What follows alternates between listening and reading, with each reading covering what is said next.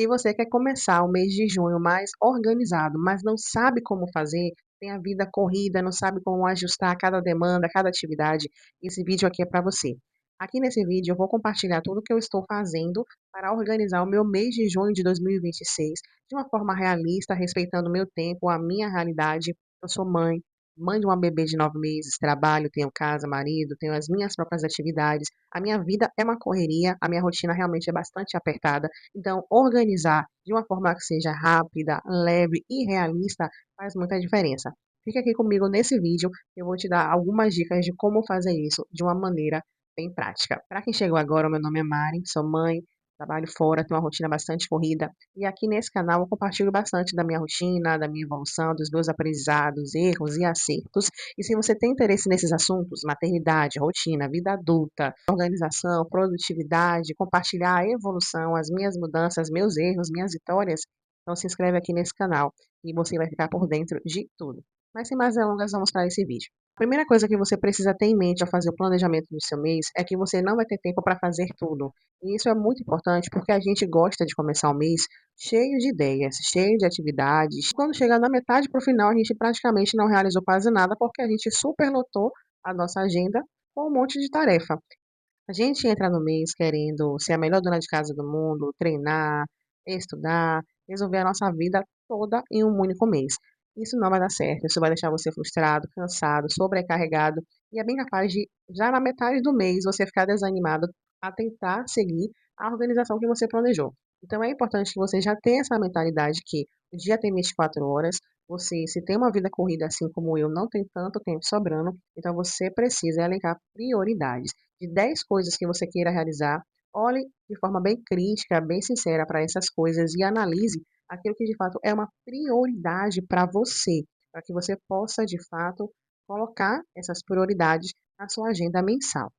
O segundo passo que você precisa executar para planejar o seu mês de junho é olhar para o mês anterior e verificar aquilo que ficou pendente. Quando a gente faz esse balanço, a gente analisa de forma bem analítica, bem racional e respeitosa aquilo que ficou pendente, mas que é irrelevante, aquilo que realmente é para ser deixado para trás, e aquilo que realmente eu tenho que seguir em frente, que por algum motivo não deu para ser feito no mês passado e eu preciso fazer agora. Um exemplo que eu posso dar da minha vida. Eu, em abril, iniciei meu tratamento dentário, tirei o siso, glória a Deus que eu fiz isso, que eu estava demorando muito para fazer, mas eu preciso colocar o aparelho nos meus dentes para arrumar, porque eles estão um pouco bagunçados. Era para eu ter feito isso agora em maio, pelo menos ter dado início ao processo.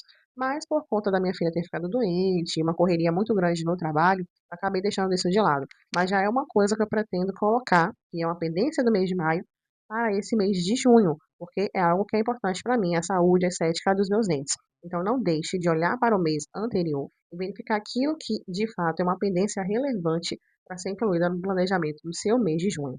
A outra dica que eu vou dar agora para você é essencial. Use poucas ferramentas de organização. Eu antes usava muitas ferramentas, tanto físicas quanto digitais. Às vezes eu tinha duas, três agendas físicas para fazer um planejamento. Usava também aplicativos no celular, Notion, Trello e trocentos outros aplicativos. Só que eu percebi que por mais que a organização teoricamente ficasse bonitinha, a minha execução estava horrível. Eu estava me tornando uma pessoa planejadora demais e pouco executora. E se você tem uma vida corrida assim como eu tenho, você precisa ser uma pessoa executora.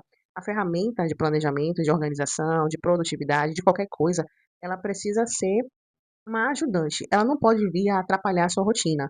Hoje eu utilizo apenas duas ferramentas. O calendário do Google, onde eu coloco os meus compromissos que envolvem data, deslocamento, como médico, dia a dia no salão, dia a dia na igreja, dia de resolver tal pendência, tal burocracia. E hoje eu estou usando o aplicativo de notas do iPhone, mas eu pretendo migrar para a agenda física ou para um caderno. Isso para mim não é um retrocesso, mas é porque eu já identifiquei que eu, quando coloco os meus compromissos no papel, quando eu faço um planejamento da semana, quando eu elenco a minha lista de atividades no papel, eu me torno mais racional. Eu forço minha mente por estar escrevendo a realmente pensar se aquilo que eu estou me propondo a fazer eu vou ter condição de fazer. Então a minha agenda, ela fica mais realista com o meu contexto, com a vida que eu tenho hoje. Então fica essa dica, que é no de número 3. Use poucas ferramentas de organização. Se você já é uma pessoa que tem dificuldade de ser organizada, não vai ser usando trocentos aplicativos que a sua vida vai se resolver. O quarto tópico mudou a minha vida, a forma como eu organizo tudo que eu faço hoje. Ao fazer o planejamento do seu mês de junho, você precisa consultar as suas finanças. Se você usa uma planilha financeira, é muito importante que antes de fechar o planejamento do mês de junho, você olhe para as suas finanças. Você tem muitas dívidas para pagar, se você tem dinheiro sobrando, porque muitas vezes a gente faz um planejamento de usar nos feriados, nas festas, de fazer compras, só que a gente pode estar muitas vezes apertado, então é um mês onde a gente vai precisar, provavelmente, se privar de algumas coisas para economizar. Quando você olha para as suas finanças antes de tomar a decisão de cravar o calendário de junho, você se torna mais responsável. Antes de tomar qualquer decisão no seu planejamento, você precisa olhar o orçamento que você tem. Se você não tem uma planilha financeira hoje, algo que é extremamente importante, aqui na internet você acha diversos modelos que podem te atender. Não deixe isso de lado, porque isso realmente ajuda muito na organização da nossa vida.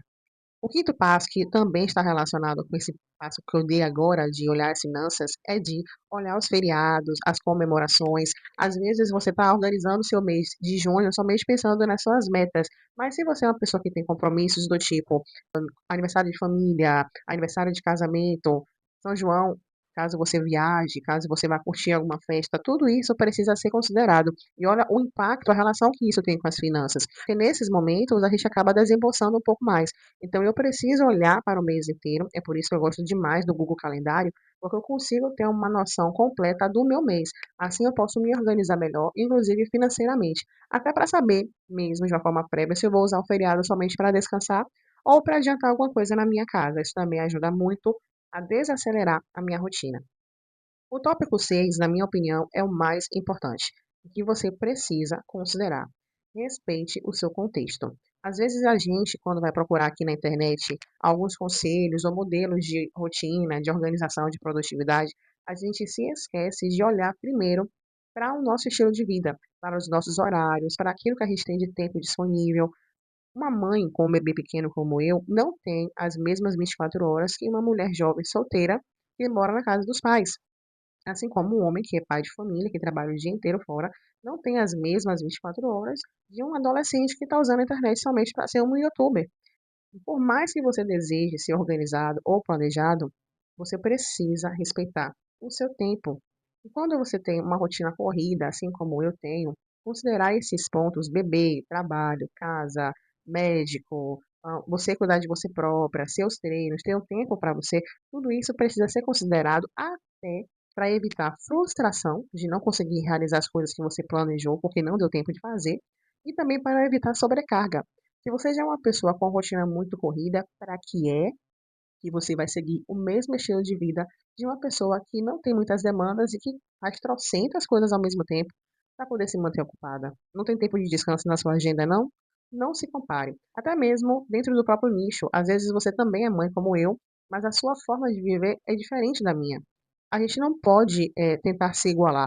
A gente precisa se inspirar em pessoas que têm hábitos que a gente acha legal, e pode tentar reproduzir de uma forma um pouco semelhante na sua vida, mas jamais igualar 100%. Nós somos seres completamente diferentes, então você precisa ter isso em mente, principalmente para não se frustrar no seu planejamento. Outro tópico que eu comecei a fazer e que me deixou muito mais leve foi, ao considerar o planejamento do meu mês, no caso junho, é deixar espaços em branco na agenda. Às vezes a gente acha que ser produtivo é ficar lotado de coisa para fazer, mas isso é um pensamento errado. Quando você fizer o seu planejamento do mês de junho, é muito importante que você tenha espaços em branco. Gente, a vida ela não é só de correria, não é só de atividade, você também precisa descansar e precisa também deixar espaços em branco porque imprevistos acontecem. Você pode fazer um planejamento de nessa quarta ir no mercado, fazer reposição da sua casa, mas pode acontecer alguma coisa, inclusive você chegar muito cansado do trabalho, ter demandas com a sua família, o que é algo totalmente comum e aceitável, e não ir naquele dia marcado.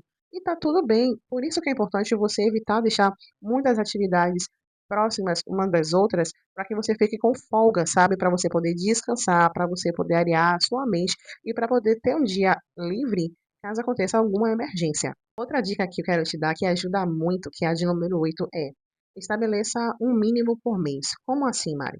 No mês de junho, a gente tem uma mania de quando a gente está fazendo o planejamento, e isso tem a ver com aquilo que eu disse lá no começo do vídeo, de querer mudar a nossa vida inteira em um único mês. Por mais que isso possa ser possível com muita disciplina, se a gente está começando a nossa vida de organização e planejamento, é melhor ir aos pouquinhos. Então, ao invés de ficar com aquela noia na cabeça de eu preciso treinar todo santo dia, se você está começando esse hábito agora e não tem muito tempo, tem trocentas demandas também para conciliar, estabeleça a meta de pelo menos 3 vezes na semana. É melhor você ser fiel indo 3 vezes na semana do que estipular que vai 5 e se frustrar. É melhor você ter esse mínimo que você vai conseguir cumprir do que colocar trocentas coisas na sua agenda de uma maneira até sonhadora e não conseguir cumprir nada. E por último, esse tópico que para mim faz muita diferença, principalmente por ser cristã, e é entregar o seu mês para Deus. Apresenta o meu mês para Deus. Isso tem a ver com a minha fé, com a minha conexão com Deus, porque eu entendo que, por mais que você planeje, somente Deus é capaz de abençoar. Você vai fazer aquilo que está dentro do seu alcance, você vai fazer aquilo que está dentro da sua atuação, do seu limite de atuação, sabe? Mas só Deus é quem pode abrir as portas, é só Deus que pode iluminar os seus caminhos. Então, isso tem muito a ver com fé, que é não somente agir pela força do meu braço, mas é entregar a Deus o meu mês, o meu futuro. Eu acredito que quando eu faço isso, eu estou dizendo para Deus que Ele é grande na minha vida e eu estou dando a Ele a porta, todas as entradas possíveis para ele fazer, inclusive, mudanças de rota de coisas que eu nem pensaria. E isso, para mim, é fundamental.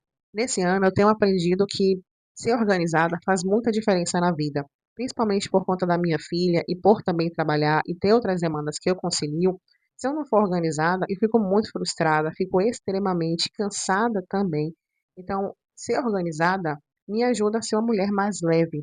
A maternidade em si, ela já é muito pesada. Às vezes eu ouço algumas pessoas falando: cuide só do bebê e de você e deixa a casa de lado. Mas, gente, isso é uma mentira. Não tem mulher minimamente organizada que queira que as coisas funcionem bem, que vai se sentir tranquila chegando com a casa para cima. Isso não existe, gente. Isso aí é uma balela, na minha opinião. Não quer dizer que você é uma noiada e vou querer fazer tudo de uma vez só. Não. Eu posso distribuir as tarefas ao longo da semana. Eu posso, se tiver condições, contratar uma diarista, porque eu não preciso ser a responsável por tudo. Isso também é uma coisa importante. Eu não preciso ter tudo centralizado em mim. Mas ser uma mulher organizada me permite viver a vida de uma forma melhor e dar atenção que realmente vale a pena. É a minha própria vida, a minha família, a minha filha crescer. Se esse vídeo te ajudou de alguma maneira, deixe seu joinha. E se você tem alguma dica de organização para o próximo mês, coloque aqui nos comentários que eu vou adorar ler a sua resposta. Beijos, espero que você tenha gostado desse vídeo. Tchau, Deus te abençoe.